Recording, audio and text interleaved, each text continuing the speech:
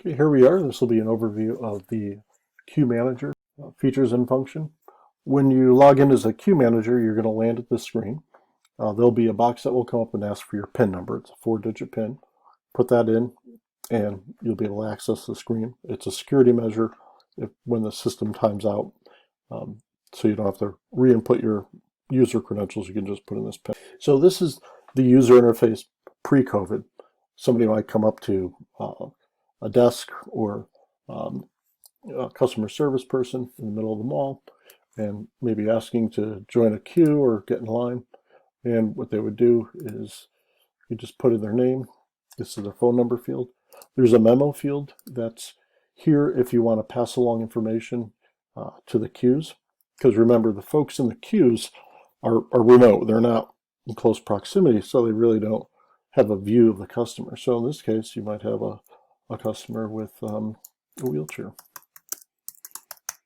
Again, we're always trying to give step along the customer journey information so they can create a better experience for the customer.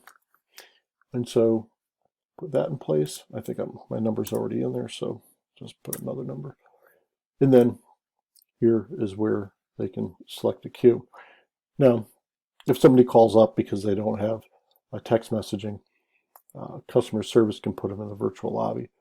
But this is more of an example if folks are within a building and need to be moved around. So here we can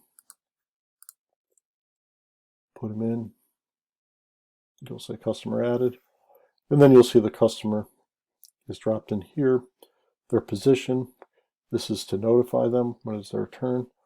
This is the customer name. Now, in the customer name, staff, as they experience the customer, can update. In other words, put additional notes in here. And so if they have to move the customer on to another queue, to another department, that department will be informed. And when they note here, it will show up here. So in other words, staff doesn't have to go out of their way and opening up the little file. They'll be able to see it here. That's really effective for communication purposes and customer service. Okay, over here, it's how you would transfer a customer. So let's say customer service exchange is done, and put in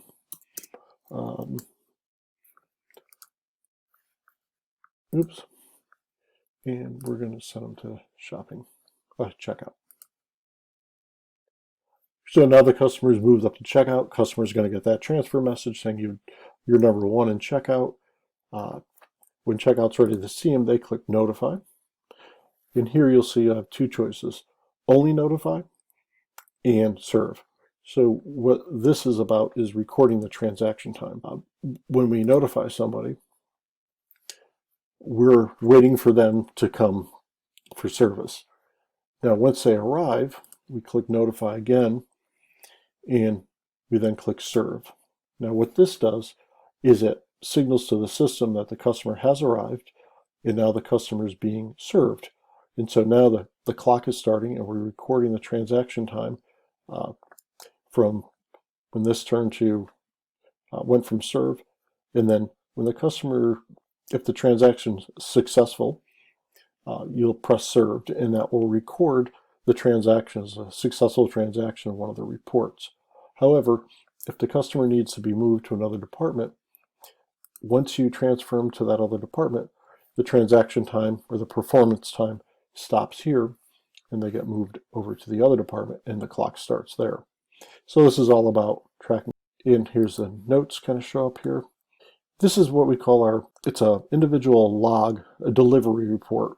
If there's any questions about a message getting delivered or some issue, staff has immediate access to understand, one, the time the message was sent, the content of the message, and then here, if the message was delivered, it would say delivered. If it was blocked, it would say blocked. So that way the customer would be aware of what happened. And in this case, it was a fake number, so there's nothing here. Actually, I don't think there was a number at all.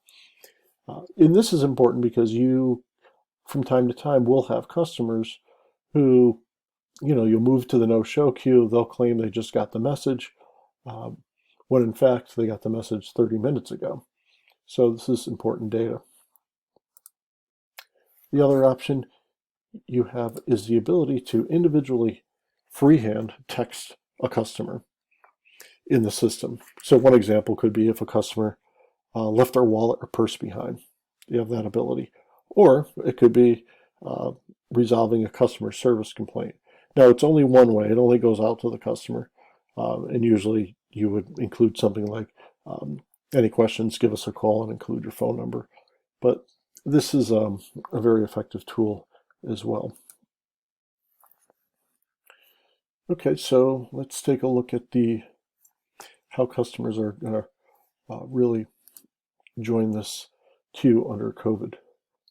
So over here, you'll have your components, and they're also here. So if you click kiosk, the kiosk will show up. Now it's rendering kind of funny because it's on a really big screen. So what will happen here is a customer will approach. They'll have to look through, hopefully they'll read through our message delivery requirements. So this avoids any hardship or angst because their mobile number is blocked or they're using some strange sort of VoIP messaging. And so at this point, and like for example, T-Mobile, usually you sign up for T-Mobile and they put a business messaging block on your phone. And most T-Mobile customers are aware of that, have it removed. But in this case, we're telling them that it's a case and actually call T-Mobile. And it works well. It takes 2 minutes and T-Mobile will remove it. So based on the operating hours of my queue, this is when I should be able to enter the queue.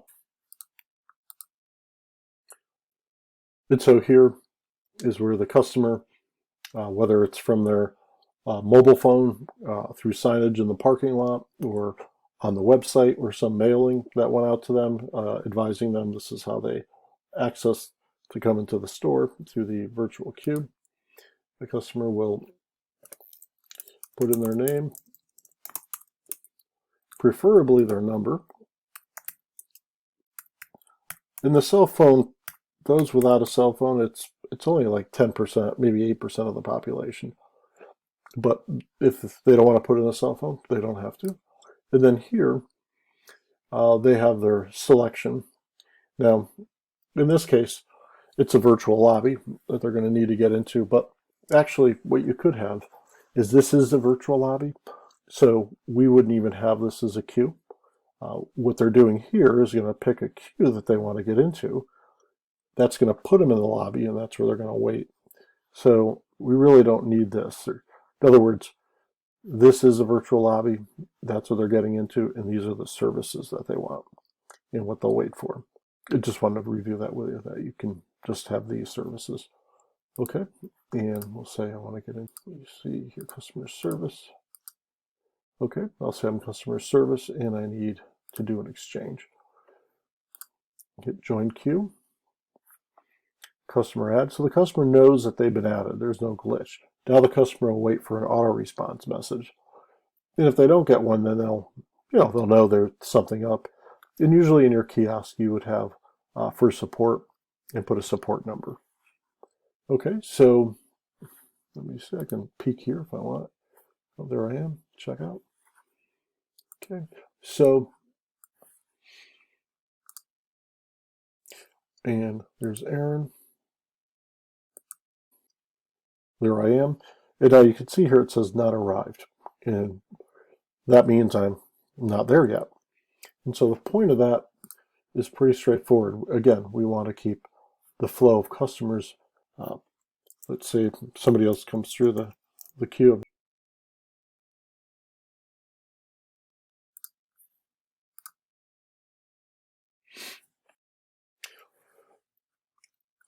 So I was just added to the queue.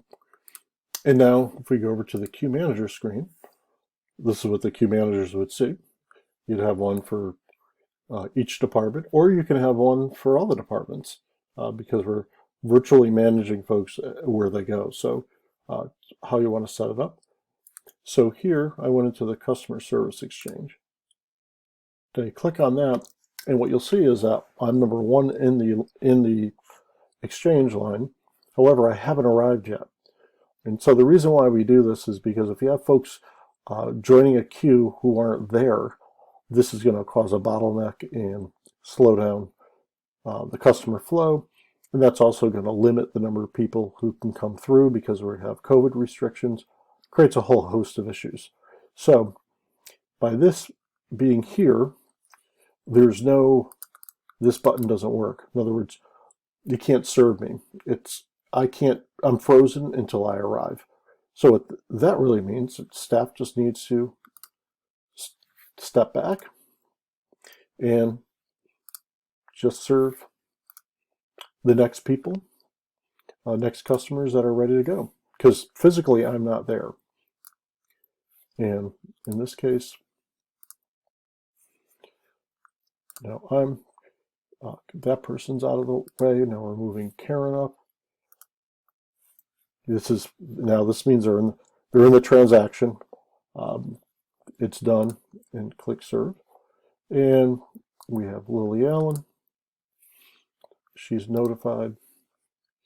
Now she comes up.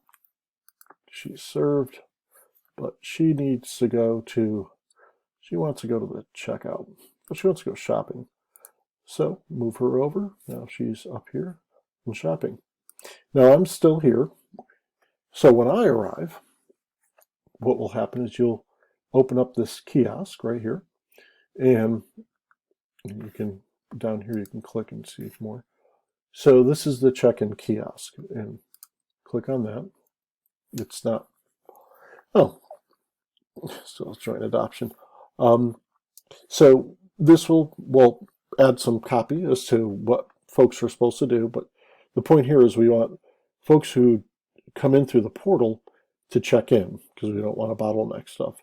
So they'll click here, and then now this is usually in an iPad or a touchscreen monitor, and start to type your name in. You'll say your name and the queue, so that helps validate. And then if you have a phone number, it's going to show it down here. And we're also collecting, we're also getting consent to text them now. And then click check-in. And this says the number already exists.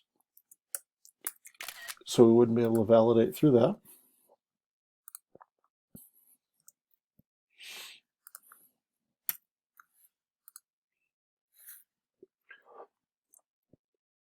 So here we go.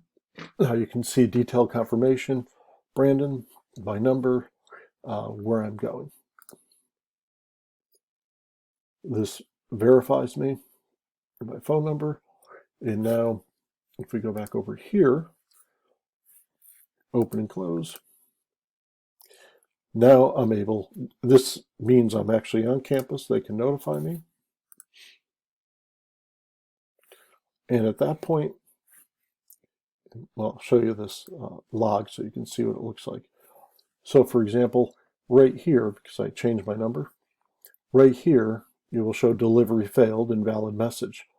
So if somebody has an issue with getting the messages and you see this, what staff would do is basically ask them, well, what number did you put in? And you'll be able to see here. So for example, I transposed the last number. So well, it was my fault and didn't get the message. So that's how handy that is. So anyhow, I've been notified and now I arrive. We click serve and the transaction has commenced and the time is counting. And if you have folks that are walk-ins, pulling up, come in here, and we don't want them walking in the building either, so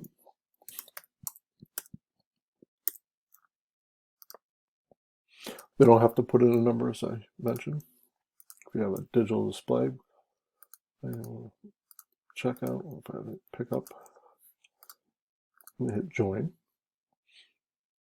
And now if we go look at the pickup, at the checkout, you'll see how John isn't frozen? It's because he's on campus. So again, that's the whole process of creating efficiency here. So here, this is where folks check in remotely. They join the queue, and they'll be in the queue, but they can't be processed through the queue until they come here and check in. And once they check in, they're active in the queue. This is all part of fairness too. And then also your remote, your walk-ins come through here. And that's about as complicated as it is.